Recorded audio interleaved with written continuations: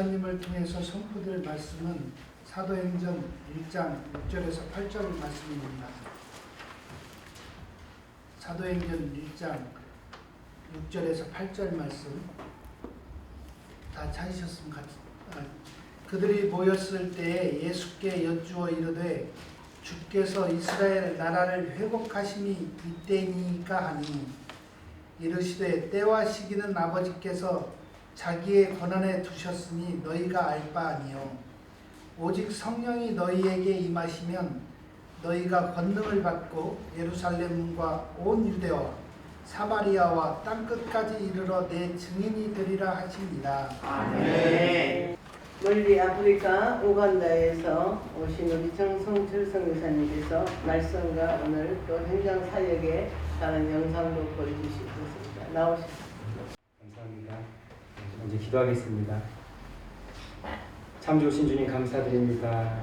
오직 주의 이름을 위하여 오직 성령으로 말미암아 주님께서 우리에게 의탁하시고 명령하신 세계 복음화를 위하여서 아버지 하나님 한 마음으로 모이시고 이 자리에 함께하게 하신 주님께 감사드립니다. 주여 주님께 향할 수 있는 우리들 되게 하여 주시옵소서. 성령이 아니고는 우리가 감당할 수 없사오니 주님 성령으로 부어주시고 충만케 하시고 주의 역사하심을 바라볼 수 있는 우리 되게 하여 주시옵소서. 아멘. 예수님의 이름으로 기도합니다. 아멘. 네, 만나서 반갑습니다.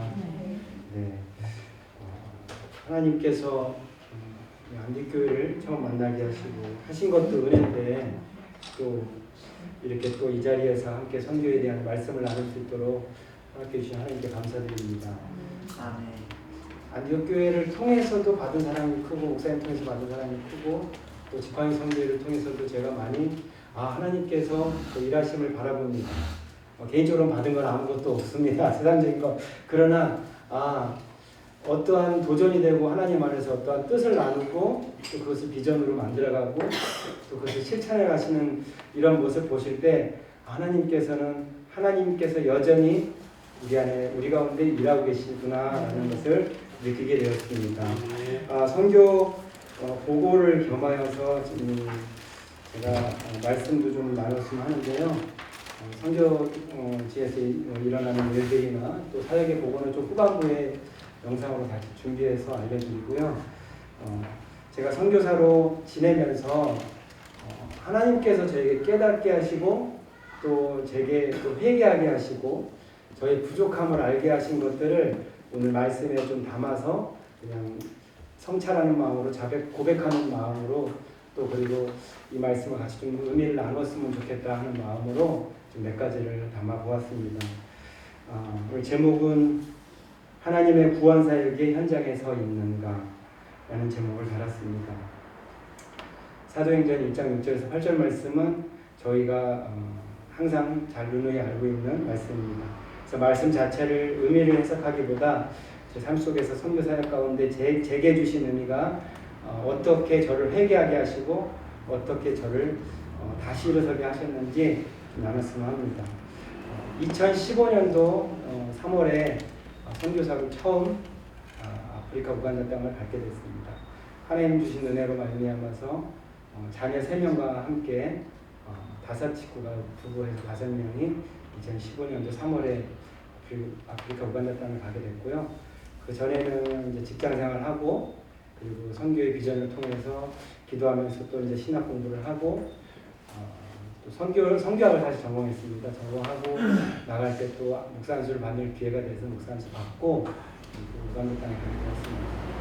처음 갈 때는 또 가기 전에도 그랬고 가서도 그러고 많은 포부가 있고 또 제 나름대로 하고 싶은 것들이 많아서 이런 비전들을 향해서 내가 공부해야 될 것들을 공부하고 준비해서 나가게 됐습니다. 사실 하나님께서 제게 좀 개인적으로 큰 은혜를 주셔서 10대 후반에 이런 마음을 주셨어요. 내가 하나님께서 저를 사용하시면 교회 공동체를 통해서 학교도 운영하고 그래서 가난하고 어려운 이웃들이 또 교회 안에서 그리스도의 사랑으로 하나가 되고 그리고 학교를 통해서 배움을 통해서 우리의 가난과 어려움들을 극복해 나갈 수 있는 그런 공동체를 만들면 좋겠다. 왜냐하면 어르신들 잘 아시겠지만 우리나라에 가난한 집은 교육받을 환경도 가난해서 공부도 많이 못하고 그러다 보니까 좋은 직장에도 가지 못하고 이런 것들이 약간 가난이 수레바퀴처럼 자녀들에게 대물림되고 이런 것들이 많지 않습니까? 그런데 독특하게 우리 한국 사회는 하나님께서 주신 은혜가 있어서 정말 주님 안에서 성령 안에서 기도하신 우리 어머니 아버님들의 신앙이 우리 안에서 신앙으로 우리를 성장케 하시고 또 가난해도 우리 자녀들은 어떻게든 공부를 시켜서 좀 더 나은 삶을 살게 해야겠다라는 것들이 정말 좀 성공적인 케이스잖아요. 한국이 주님 안에서 또 어떤 이런 사회적으로 성공한 케이스잖아요. 그래서 이런 것들을 통해서 하나님께서 내게 주신 비전을 주시고 그리고 이것을 사역의 현장에서 언젠간 가서 이런 식으로 일을 해야겠다라고 품었습니다. 그래서 개인적으로 여러 가지 기술도 배우고 또 가서 할 일들을 많이 준비했는데요. 그런데 처음 가서 사역에 제가 원하고 바란 대로 사역의 길이 열리는 것이 아니라 전혀 엉뚱한 방향으로 흘러가게 되었습니다. 그래서 그런 말씀들을 좀 나눴으면 하는데요. 오늘 본문에 있는 말씀을 잠깐 돌아가면 첫 번째로 증인된 삶으로 하나님께서 원하시는 이 일을 품고 사는가에 대해서 말씀을 나누기 원합니다. 하나님께서 원하시는 일을 우리가 품고 사는 것, 우리 마음에. 본문에는 오늘 읽진 않았지만 잘 알고 있는 이 앞부분의 내용에 3절에서부터 예수님께서 부활하신 후에 40일 동안 그들에게 보이시며 하나님 나라의 일을 말씀하시고 또 예루살렘을 떠나지 말고 내게 들은 바 아버지께서 약속하신 것을 기다리라고 말씀하시고 또 약속하신 성령으로 세례를 받으라고 말씀하십니다.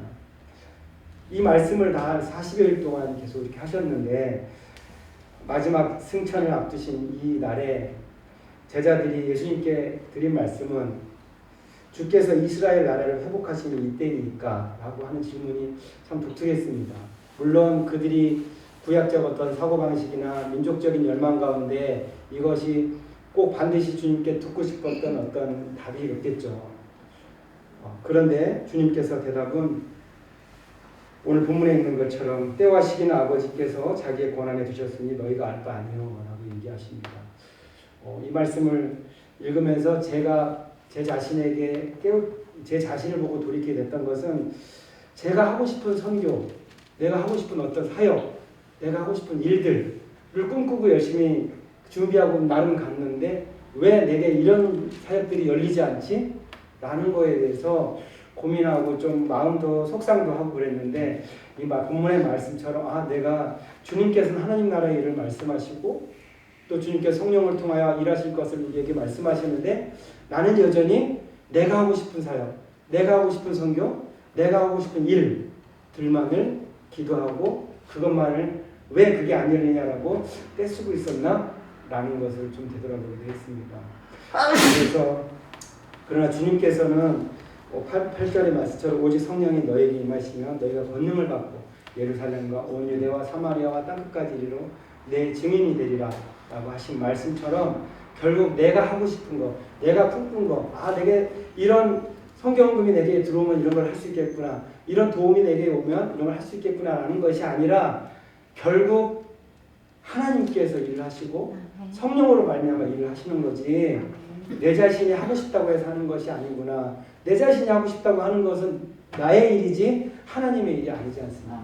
우리가 하나님의 일을 하고 주일을 한다 하지만 제 자신을 보니까 왜 내가 하고 싶은 게 이게 안 열릴까? 내가 하고 싶은 게 왜 제대로 안 풀릴까라는 거에 대한 고민을 하고 마음 아파할 때 이게 주님이 주신 하나님 나라의 복음 전파의 이 일, 선교 사명의 이 일에 마음을 아파해야 되는데 내 일이 안 풀린 거, 나의 일이 안 풀린 거에 대해서 마음 아파하고 있더라는 거예요. 제 자신을 보니까. 그래서 이게 아니구나. 하나님께서는 하나님이 기뻐하시는 일이 있고 성령께서 주신 마음으로 일을 하고 뭐든지 일해도 나의 때가 아니라 하나님의 때, 나의 때가 아니라 성령님의 때가 있는 거구나 하는 것을 깨닫게 되었습니다. 주님께서는 우리에게 증인으로서의 삶을 살기를 부탁하셨습니다. 명령으로 받으실 수도 있고요, 부탁으로 받으실 수도 있고요. 성령이 우리 안에 임하시면 우리가 권능을 받고 예루살렘과 온 유대와 사마리아와 땅끝까지 이르러 증인이 되리라고 말씀하셨잖아요. 증인으로서의 삶을 산다는 것은 내 개인 의견, 내 생각을 드러내는 것이 아니라 오직 증거해야 할 것들을 드러내며 사는 것입니다. 내가 아니라 예수님이시잖아요. 그렇죠?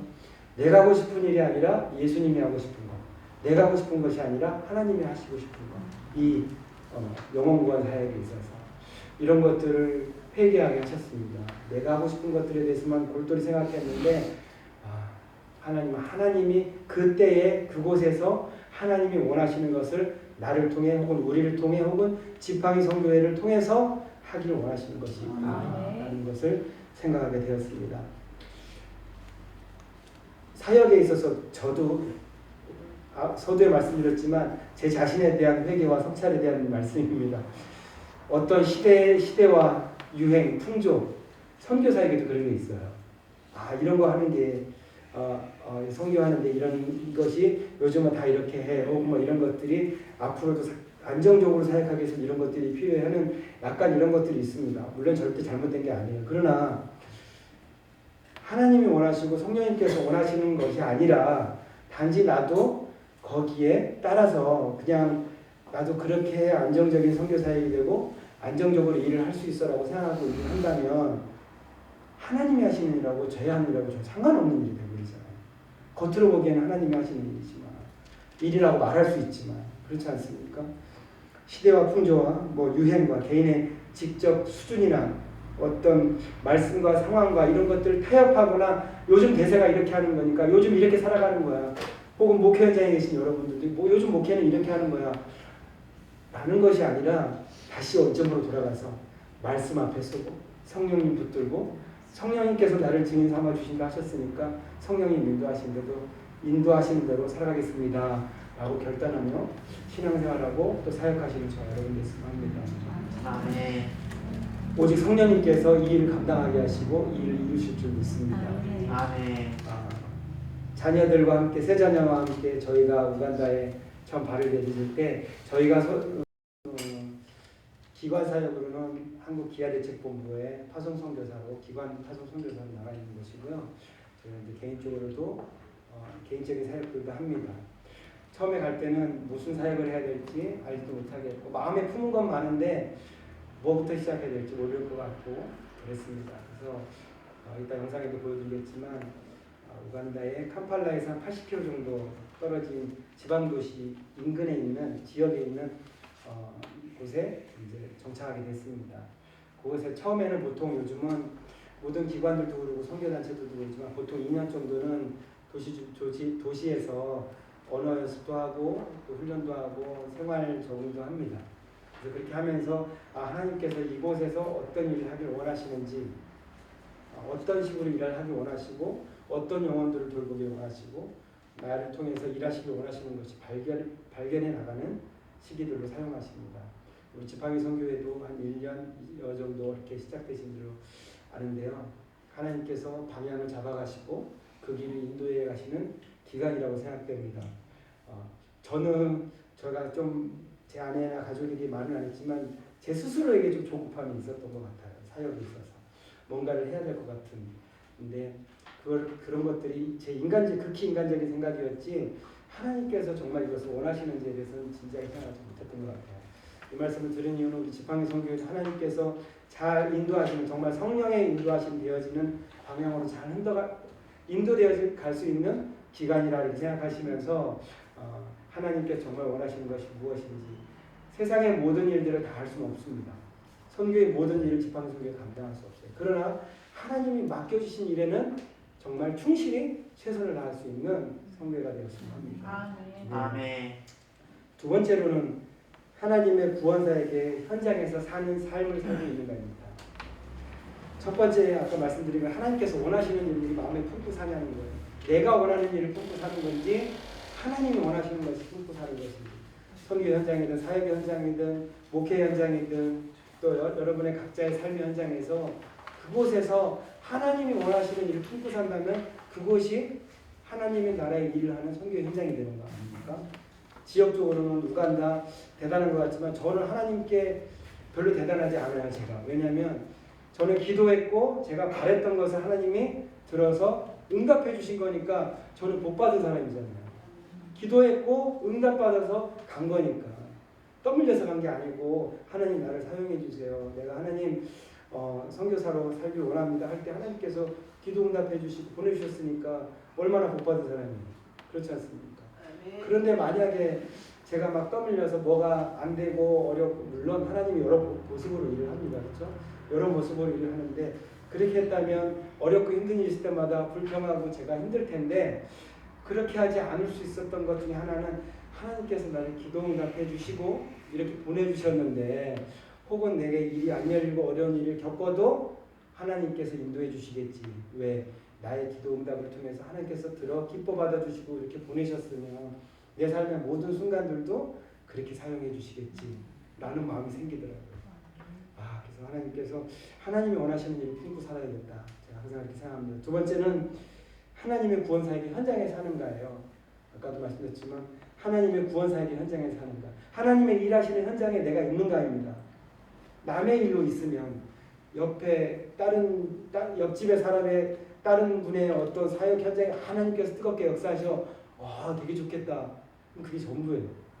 그러나 지팡이 선교에 하나님이 일하시는 그 속에 여러분이 함께하고, 제가 우간다 땅의 선교 현장에 하나님이 일하시는 것들을 바라보는 현장에 그 속에서 제가 한 일원으로서 일을 하고 있다면 하나님이 일하시는 그 현장에 저희가 같이 있는 거 아닙니까?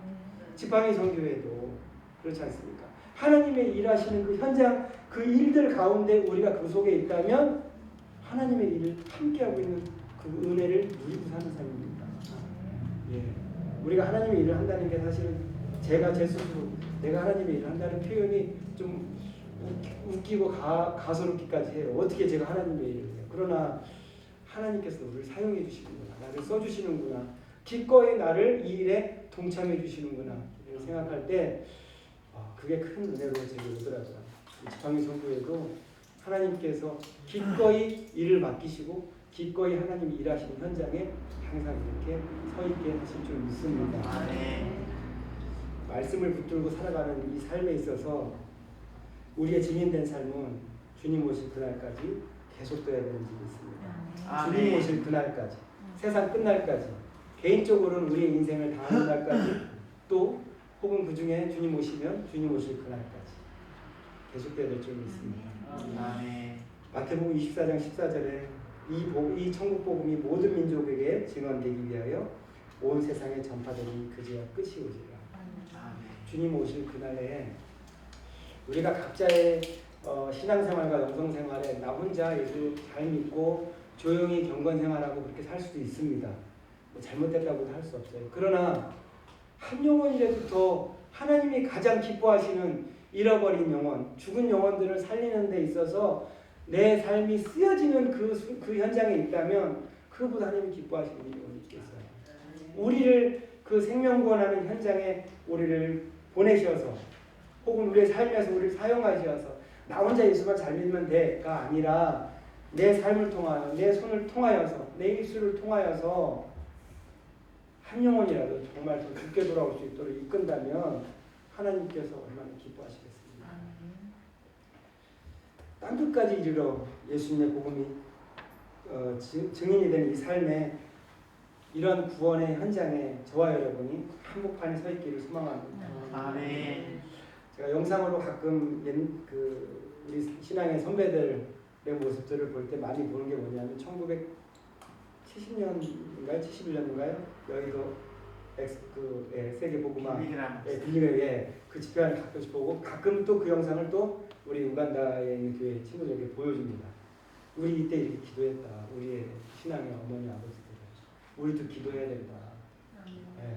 네가 열심히 돈 벌어서 나라가 너희 가정이 잘 사는 거, 그건 세상적인 거고 일시적으로 끝난다. 그러나 하나님 나라까지, 영원까지 이어지기 위해서는 우리가 믿음으로, 말씀으로, 기도로 이렇게 살아가야 된다라고 영상을 이렇게 보여주기도 합니다. 저는 그 현장에 없었어요. 그렇죠? 그러나 만약에 그 현장에 있었던 분이라면 그 은혜와 그 부어주신 성령의 뜨거운 삶의 그 기도 현장, 또 예배 현장, 집회 현장들을 생생하게 체험했을 거 아닙니까? 그렇죠? 저는 간접 경험하는 거예요. 그런데 우리도 하나님께서 일하시는 그 구원사역의 현장에 듣고 그냥 항상 듣고 흘려버린다면 그냥 간접 경험만 하고 끝내는 건데, 하나님 우리를 사용하여 주시어서 그 현장에 우리도 있게 해주시옵소서 하는 지팡이 선교에 대해서 말합니다. 그 현장이 있고 저는 아프리카 우간다지만 또 때로는 여러분에게는 어떤 말씀을 가르치는 자리 혹은 직장 혹은 삶의 현장 그렇죠? 또 어떤 마을 어떤 이웃 가정에서 그것이 땅끝이 되고 그것이 주님 오실 때 영혼을 구원해야 할 그러한 현장인 줄 믿습니다. 그러한 모습으로 살아가는 저와 여러분 됐으면 합니다. 요즘은 선교지 그러면 물리적인 공간만 얘기하지 않는다고 해요. 왜냐하면 물리적으로 아프리카 멀죠. 혹은 뭐 이슬람 국가 어떤 지역 또 혹은 뭐 아시아의 가난한 나라 혹은 남미 이렇게 얘기하는데 요즘은 어떤 문화적인 혹은 정서적인 공간들도 얘기합니다. 다음 세대들을 위한 선교 그렇죠? 또 여러 현장에 놓인 모습들 이런 것들 또 직장 안에서 또 학교 안에서 심지어는 병원 안에서 그리고 요즘 제일 또 많이 이슈가 되고 있는 뭐죠? 노인 요양원 왜냐하면 치매 어르신들도 많고 그러다 보니까 잘 믿던 최근에 들은 말씀이에요. 잘 믿던 권사님, 집사님 이런 분들이 이제 연로하시고 몸이 아프시고 요양병원을 가시고 치매 걸리시고 이렇게 해서 요양병원을 가시고 그러는데 그곳에서 아무도 예배드려 주지 않는 분이 있으니까 이분이 예배를 못 드리시는 거예요. 그리고 예배를 드리는 것도 몰라요. 왜 이제 치매가 있고 그러시니까. 그래서 많은 분들이 또 그런 곳으로 가서도 내 선교의 현장이다라고 가서 예배를 또 이렇게 드리고 인도하시기 위해서 가시기도 하더라고요. 물리적인 것만 아니라 이런 정서적인 또 정신적인 사회적인 그런 현장들도 우리의 선교의 현장인 줄 믿습니다. 베드로후서 3장 9절에서 주님 약속은 어떤 이들에게 더디다고 생각하는 것까지 더딘 것이 아니라 오직 주께서는 너희를 위하여 오래 참으사 아무도 멸망하지 아니하고 다 회개하기에 이르길 원하시느니라 라고 말씀하셨는데 하나님께서 이렇게 다 돌아오기를 기다리고 회개하기를 기다리고 주님 오실 그날까지 이 일을 기다리고 계실 때 그때에 우리가 쓰임받아서 그렇죠? 한 영혼이라도 더 죽게 돌아올 수 있도록 살아갈 수 있도록 저와 여러분이 쓰여지는 주님의 쓰임받는 지체들이 되었으면 합니다. 아멘. 아까 서두에 말씀드렸지만 하고 싶은 거 많고 학교도 하고 교회도 하고 이런 마음으로 그래서 주님의 믿음의 공동체들을 만들어 가야겠다고 했는데 처음 가서 정착한 곳은 자녀 셋을 제가 키워야 되고 학교를 보내야 되고 생활을 하다 보니까 그곳에서 가정을 돌보는 것이 가장 먼저가 되었습니다. 세 자녀를 보내는데 여러 가지 개인적인 상황과 현실적인 일들로 그리고 또 기도하면서 하나님께서 주신 대로 먼저 그대로 순종하고 따르자. 내가 인위적으로 먼저 하지 말자. 그래서 세 자녀들과 현지 학교를 이렇게 다니게 됐어요. 근데 현지 학교를 다니면서 몇 년의 세월을 지내면서 제가 느낀 게 뭐냐면 현지 학교에 대한 형편과 사정들을 다 알게 하시는 거예요. 학부형이잖아요. 학부형으로서 현지 학교의 형편과 사정들을 다 알게 하시는 거예요. 그래서 하나님께서 이게 준비시키는 과정일 수도 있겠다 이런 마음을 갖게 하시는 거예요. 왜냐하면 세 자녀들을 다 현지 학교를 보내는 선교사는 없었어요.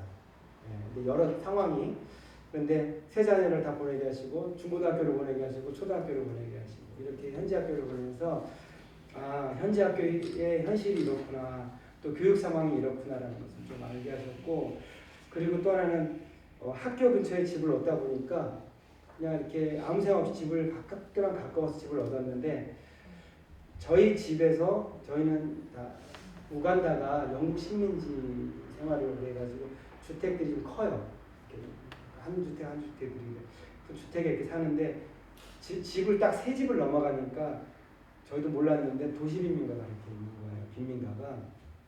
빈민가가 부락으로 내부락이 그곳에 있습니다. 그래서 그 안에서 이제 하나님께서 연결해 주셔서 현지 교회에서 어린이 주일학교를 현지 교회 목사님하고 협력으로 제 아내가 주일학교 사역을 맡아서 이제 이렇게 협력해서 하고 왜냐하면 주일학교가 없었기 때문에 어른들 예배드릴 때 같이 껴서 예배드리다가 설교 시간 되면 막 돌아다니면서 놀고 그래서 우리가 아이들을 위해서 별도로 예배 시간을 좀 만들면 좋겠다. 왜냐하면 어른 설교하면 아이들 힘들잖아요. 그래서 어른들 시간에는 자유롭게 참여할 아이들 오는 거고 오후에 별도로 또 예배 시간 한 번 더 만들어서 어린이들이 드릴 수 있도록 어린이 찬양과 어린이용으로 말씀을 준비해서 이렇게 예배를 드릴 수 있도록 했습니다. 너무 감사한 것은 우간다는 잠깐 이렇게 지나가면서 보겠지만 인구가 한 4,500만 명 정도 되는데 20세 이하가 한 2,500만 명 돼요. 그러니까 주일학교를 시작했는데 뭐 그냥 누가 이제 외국인이 와서 주일학교 한다고 그러니까 더 그랬겠죠. 하니까 한 200명 정도 주일학교 학생들 와가지고 예배드리고 그 빈민가의 아이들이 한 200명 정도 와서 같이 예배드리고 그리고 또 그 안에서 방학 때마다 성경 캠프하고 한국이 너무 감사해요. 저도 한국교회에서 학생 때 그렇죠? 여름 되면 여름 성경학교 하고 또 청소년 캠프하고 그걸 그대로 이제 현직 교회에서 적용해서 합니다. 그래서 방학 때마다 성경학교하고 성경 캠프 청소년들 이제 캠프하고 그리고 성경 읽기 하고 이렇게 사역하게 됐습니다. 그리고 코로나가 오기 전까지는 주일학교를 하게 되고 또 안에는 여성들만 모아서 여성 기도회를 세 군데 마을에서 하게 됐습니다. 그래서 교회 예배당 건물에서 하지 않고 그 모임을 하고자 하는 그 가정에서 합니다. 왜냐하면 무슬림 인구들이 좀 있어요. 아주 많지는 않아도 무슬림 사람들과 다툼이 심하진 않은데 전도를 하거나 포교하는 건 싫어하고 좀 화를 내요. 그런데 그래서 교회를 당연히 예배당을 못 들어오겠죠. 들어오는 거 싫어하니까 오게 하는 거를. 그래서 어떤 가정에서 마당에서 모여서 하면 다 옵니다. 주변에 무슬림 여자들도 오고 그래서 그곳에서 찬양도 하고 또 기도도 하고. 왜냐하면 여성들만 모여서 하니까 여성들만의 공감대를 가지고 기도하고 또 찬양을 하고 그러니까 참 그게 좋아하더라고요. 그래서 사역을 했는데 한국도 그러겠지만 코로나가 오면서 많은 사역의 형태들이 바뀌었어요. 한국은 어떠셨는지 모르겠는데 우간다에서 코로나를 겪으면서 처음 2달 정도는 집 밖에를 못 나가게 했어요. 집 밖에를 못 나가게 하고 한 2달 정도 지내니까 차는 못 타게 하고 걸어 다니긴 했어요. 그래서 제가 그 길을 걸어 다니게 해서 가능했던 게 이 지역민들이 아무도 일을 못 하게 하고 집 밖을 못 나가게 했으니까 다들 집에만 들어가 있고 일을 아무도 못 하니까 다 굶어 죽게 생긴 거예요. 빈민가 사람들이 굶어 죽게 생기고 그래서 돌아다닐 수 있게 해서 우리 청년들과 같이 이제 가방에 메고 은행을 갑니다. 걸어가야 되니까 한 50분 걸어서 은행 가서 돈 찾아와가지고 이제 식량을 사서 이제 모이질 못하게 하니까 마을 이장님이 모이질 못해도 이제 같이 가서 하는 건 괜찮다고 해서 그러면 몇 명이 좀 다니면서 하겠다고 허락을 받고 그걸 봉지 싸가지고 아이들 가정에 전달해 줬습니다. 그렇게 매달 이렇게 한 아이에게 많이 못해요. 사실 이제 뭐 재정적인 한계가 있으니까 한 아이에게 1kg씩 합니다. 근데 아이들이 한 집에 한 4-5명씩 있어요. 그러니까 뭐 4-5kg씩 가정마다 가는 거죠. 그래서 그것을 세 부락에는 초등학생까지만 해서 980명 정도 돼요. 세 마을 부락에. 그래서 매달 한 980kg씩 이제 해서 이렇게 나눠주는 거예요. 이렇게 하고 교회도 10달 정도 문을 닫았어요. 10달 정도. 근데 감사하게 제가 이제 또 동네에서 계속 사역을 하고 있어가지고 좀 거리를 좀 뛰어 앉아서 하면 모이게 허락하겠다 그래가지고 책상 좀 뛰어 앉아서 마당에서 또 성경 공부도 시키고 또 학교 공부도 시켰습니다. 왜냐하면 학교를 1년 반 문 닫았어요. 1년 6개월 동안 문을 닫았습니다. 그래서 가난한 애들이 너무나 아예 교육에 밑받아가지고 일주일에 한 번씩 모여서 그냥 공부하고 그랬어요. 같이 모여서 이렇게 했고 그리고 코로나 후반에는 그 4부락 중에 3부락만 저희가 지원했는데 한 부락은 왜 못했냐면 너무 많아요. 한 부락에 그 판자촌에. 그래서 기아대책기구에서 돈을 줄 테니까 한번 식량들을 좀 나눠주면 좋겠다 그래서 했는데 이 못했던 한 부락에 했는데 만 5세까지 했는데 450명이에요. 만 5세까지 했는데 0세부터 만 5, 450명. 그렇게 해서 또 식량을 나눠주고 또 복음을 전하고 이렇게 보내게 됐습니다. 또 이제 자유롭게 되고 나서는 저희가 이렇게 우리가 모여서만 할 것이 아니니까 찾아가자 그래가지고 거리 전도를 다니기 시작했어요. 한 달에 2번씩 거리 전도를 하기 시작했습니다. 여러 좀 다른 팀하고도 도움을 받아서 이렇게 숫자로 된 티셔츠를 입고 이 숫자를 좀 잠깐 보여주면 0 더하기 1은 100, 100 빼기 1은 0. 티셔츠에 이게 새겨져 있어요. 그래서 막 이걸 입고 다니면서 전도지를 이렇게 주고 그러면은 사람들이 막 청년들이 쫓아와요. 막 이 수학도 못하냐고, 어떻게 0 더하기 1이 100이냐고, 그리고 100 빼기 1이 0이냐고, 니네 나라는 수학도 못하고 산수도 못하냐고 그러는 거예요. 그런 게 아니라 내가 아무것도 없고 가난해도 예수님 한 분만 계시면 우리는 모든 걸 다 가진 사람들이야. 아멘. 내가 모든 걸 다 가졌어도 주님이 안 계시면 우리는 아무것도 아닌 인생이야. 라고 이제 자연스럽게 이렇게 오면 물어보게 되면 전도하게 되고 또 저희가 이렇게 찾아가서 전도하게 되고 마음을 품고 전도해야 되는데 우리 전도 거리 가서 전도하고 가정 방문하면서 전도해야 되는데 했는데 이게 쉽게 발이 안 껴지는 거예요. 그런데 어떤 교회에서 먼저 헌금을 해버리신 거예요. 한 50만 원을 하시면서 가서 전도했으면 좋겠다고 거리 전도 이렇게 나가서 했으면 좋겠다고 헌금을 먼저 보내셔버리는 거예요. 받았으니까 어떻게 해요? 망설였던 걸 이제 제가 또 받아버렸으니까 책임지고 해야죠. 그래서 바로 인쇄소 가서 전도지 찍고 주문해가지고 그때부터 이제 전도를 다니기 시작했습니다. 하나님이 여러 모양으로 일을 하게 하시는 것 같습니다. 영상을 잠깐 보여주면 한 8분, 10분 영상인데 이제 여기를 틀면 다 보이나요? 화면이? 네. 제가 그거를 확인을 제대로 못해가지고 2015년 또 작년에 2013년에 이제 안식년이 나와서 있고요. 음악은 조금 줄이셔도 돼요. 저희는 아프리카 우간다에 있습니다. 또 지난번에 루안다를 다녀오셨다고 해가지고요. 루안다보다 바로 위에 붙어 있고요. 동쪽은 케냐, 또 수단, 또 콩고, 루안다, 또 탄자니아 이렇게 5개국의 국경을 접하고 있습니다. 가보셔서 알겠지만 비행기만 타는 시간 한 16시간이 갑니다. 그래서 별로 이렇게 멀지 않으니까요. 우간다는 남한이 한 2.4배 되고요. 지금 현재 대통령이 86년부터 지금까지 대통령으로 열심히 하고 있어요. 인구는 한 4,700만 명이고요. 18세 미만이 한 55%, 한 2,500만 명 정도. 어린이 주일학교 사역, 또 청소년 사역하기를 너무 좋은 황금어장이에요. 해발고도는 1000에서 1200m여서 선선합니다. 아프리카보다 더 더운지 아는데 콩고나 이런 쪽으로 좀 덥고 위로 올라갈수록 덥고요. 저희 좀 우간다, 케냐, 루안다, 부룬디 이런 쪽은 좀 선선합니다. 저희가 처음 사역한 곳은 캄팔라에서 동쪽으로 한 80km 떨어진 은제루라는 지역이고요.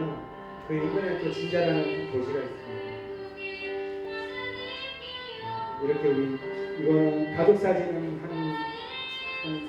7년 정도 전에 찍은 거고, 요거 3명은 한 3년 전에 찍은 겁니다. 그래서 지금 자녀들 다 한국으로 들어왔고요. 요번에 아까 말씀드린 코로나 이전에 사역 모습 중에 어린이 주일학교 예배 때마다 이제 간식을 주는데 한 달에 한 번은 이렇게 식량으로 같이 먹고 나머지는 이제 비스켓하고 사탕 이런 걸로 줍니다. 그리고 성경 공부를 하고 또 세례식을 하고요. 성찬식도 이제 교회가 요청할 때 같이 훈련하고 성찬식이라고 성경 공부 모임을 계속 했습니다. 교회에서 요청해서 할 때도 있고 우리 학생 청년들하고 같이 모여서도 하고 방학 때는 이렇게 어린이 성경 캠프를 교회 어린이는 한 150명, 200명 되는데 좀 선발해서 출석 잘하는 애들 기준으로 선발해서 초등학교 9학년 대상으로 이렇게 했습니다. 이건 이제 중고등부 캠프하고요. 앞에 초코에서 우리 막내딸이 풍선 잡는 법 가르쳐주고 풍선 잡는 것도 처음 해봐가지고 아이들이 이거는 빈민가 급식사인데 한 달에 한 번씩 아까 말씀드린 코로나 이전에는 밥을 해서 먹였거든요. 한 달에 한 번씩. 그래서 450명, 500명 정도 이렇게 밥을 해서 먹였습니다. 그리고 아까 말씀드린 여성기도회 안에 모여서 여성기도를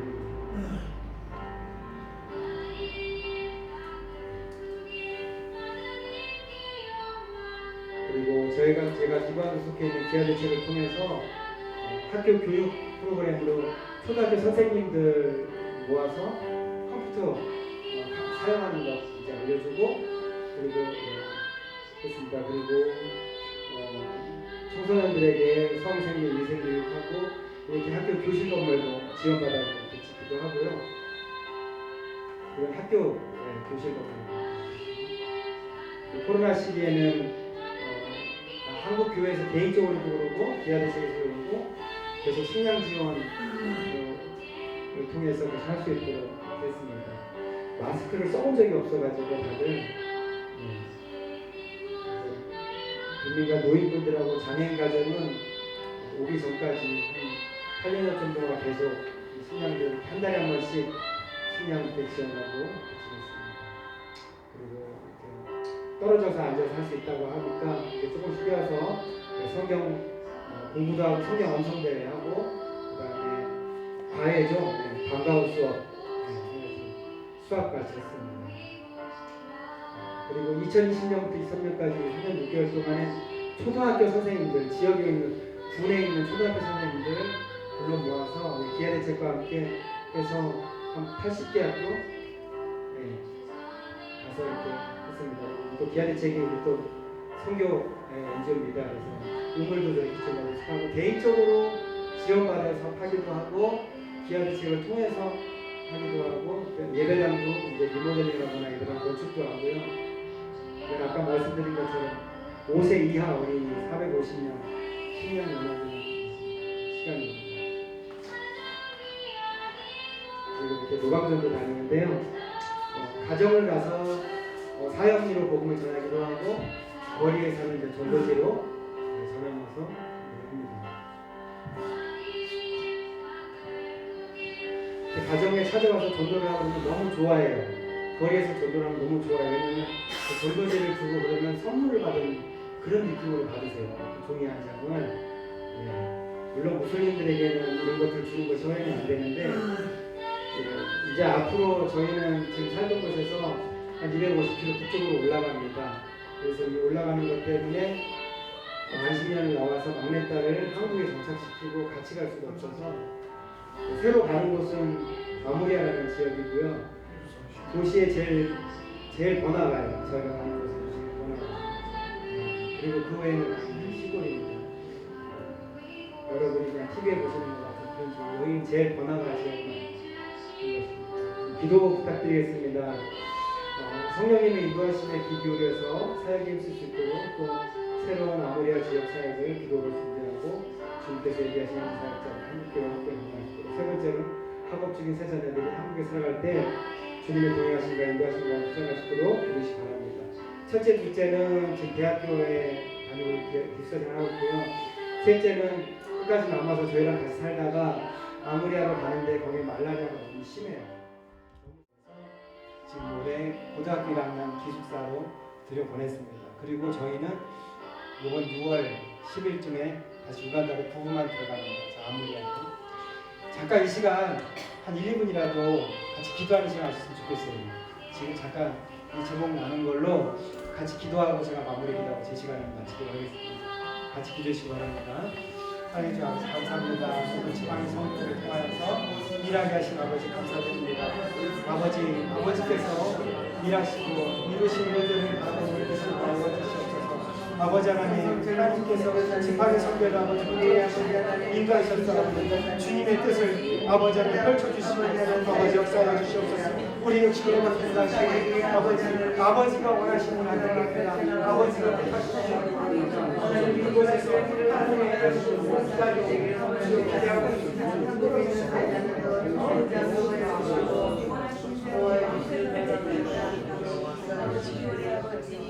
할렐루야. 사랑해 주님 감사합니다.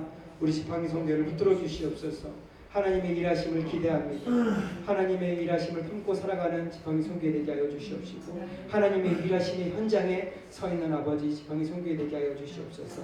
내게 주신 은혜 아버지 함께 나누길 원합니다. 하나님의 일하심 함께 나누길 원합니다.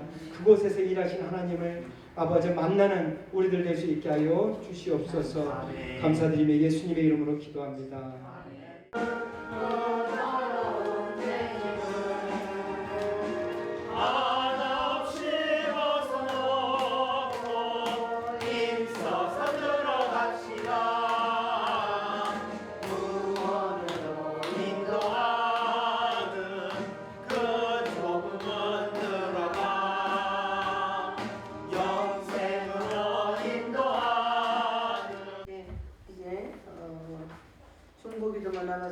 그러니까 우리 세계 선교 중보기도로 미랄기도원 원장님이신 김원정 원장님께서 나오셔서 우리 중보기도 해주시겠습니다.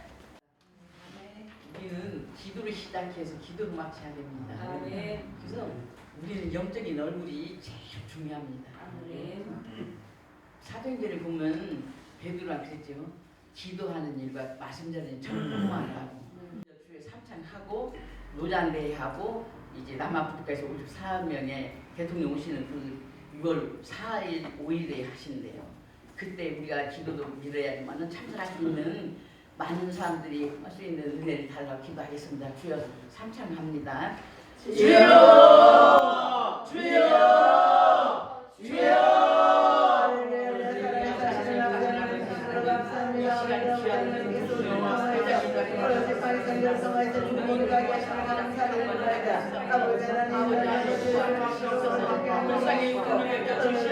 기도의 영을 부어 주시옵소서. 아버지 하나님 기도하소서. 우리 무엇을 다시 하셨는데 하나님을 축원을 하시고 이 시간 이 자리에서 기도하는 주시고 역사여 주시옵소서. 이를 행하시는 여호와 또한 주시옵소서. 인자하신 나 여호와가 바로 너희도 이름 받들어 간절히 기도 드리옵나이다. 아멘. 자, 그리고 이제 마지막 축도로 예배를 마치는데 우리 피어선 신학원의 원장님이신 김영선 원장님께서 축도로 모든 예배를 마칩니다. 기도합니다. 이제는 우리 구주 예수 그리스도의 은혜와 아버지 하나님의 그 지나신 사랑하심과 성령님의 내 주기도로 충만히 역사하심이 오늘 아버지 앞에 예배드리고 기도하는 지팡이 선교회 위에 회장님과 모든 임직원들을 위해 오늘 아버지 앞에 예배드릴 모든 권속들 위에 그리고 선교사님들 모두 위에 이단 이민족 위에 이제부터 영원토록 함께 계실지어다. 할렐루야. 부천 역곡에서 안디옥 교회를 사역하고 있고 또 안디옥 신학연구원을 운영하고 있으며 작년 5월 25일 시작한 또 지팡이 선교회가 있습니다. 하나님께서 이 지팡이 선교를 통하여서 아프리카 선교할 수 있는 마음을 주셨습니다. 그래서 저는 지난 9월 달에 탄자니아와 르완다를 다녀왔습니다. 그곳에 필요한 것은 육신적으로는 빵이고 또 그들이 아무 수익이 없기 때문에 염소를 한 마리씩 사주면은 그들이 한 가정이 먹고 살고 아이 둘을 공부시킬 수 있다고 했습니다. 아프리카 염소 한 마리는 한국의 아파트 한 채와 마찬가지입니다. 그래서 우리는 선교사님 편에 이번 2월 5일 날 우리 선교 회원들이 모금을 하여서 염소를 40마리 보냈습니다. 그들이 잘 자라고 새끼도 놓고 있습니다. 그리고 아프리카 선교를 계속적으로 지속적으로 할 수 있는 것은 우리 선교 회원들이 협력해 주시고 그 외에 많은 분들이 협력이 있기 때문에 할 수 있습니다. 앞으로 이 선교회가 계속적으로 부흥되고 발전된다면 또 그곳에 필요한 아프리카 하면 운물 아닙니까? 운물도 파주고 또 거기에 학교도 세우고 교회도 개척해 주고 싶은 마음을 가지고 지팡이 선교회를 운영하고 있습니다. 저희 안디옥 신학원은 제자들을 양육해서 앞으로 선교사를 또 파송할 그런 계획을 가지고 있습니다. 우리 모두가 하나가 되어서 협력하여서 많은 영혼들, 우리는 다 복음의 빚진 자 아닙니까? 우리가 먼저 믿었사오니 우리 한국에 계시는 많은 우리 선교 회원들이 하나가 되고 협력이 되어서 앞으로 아프리카 선교에 많은 지원을 바랍니다. 협력해 주시기를 바랍니다. 감사합니다.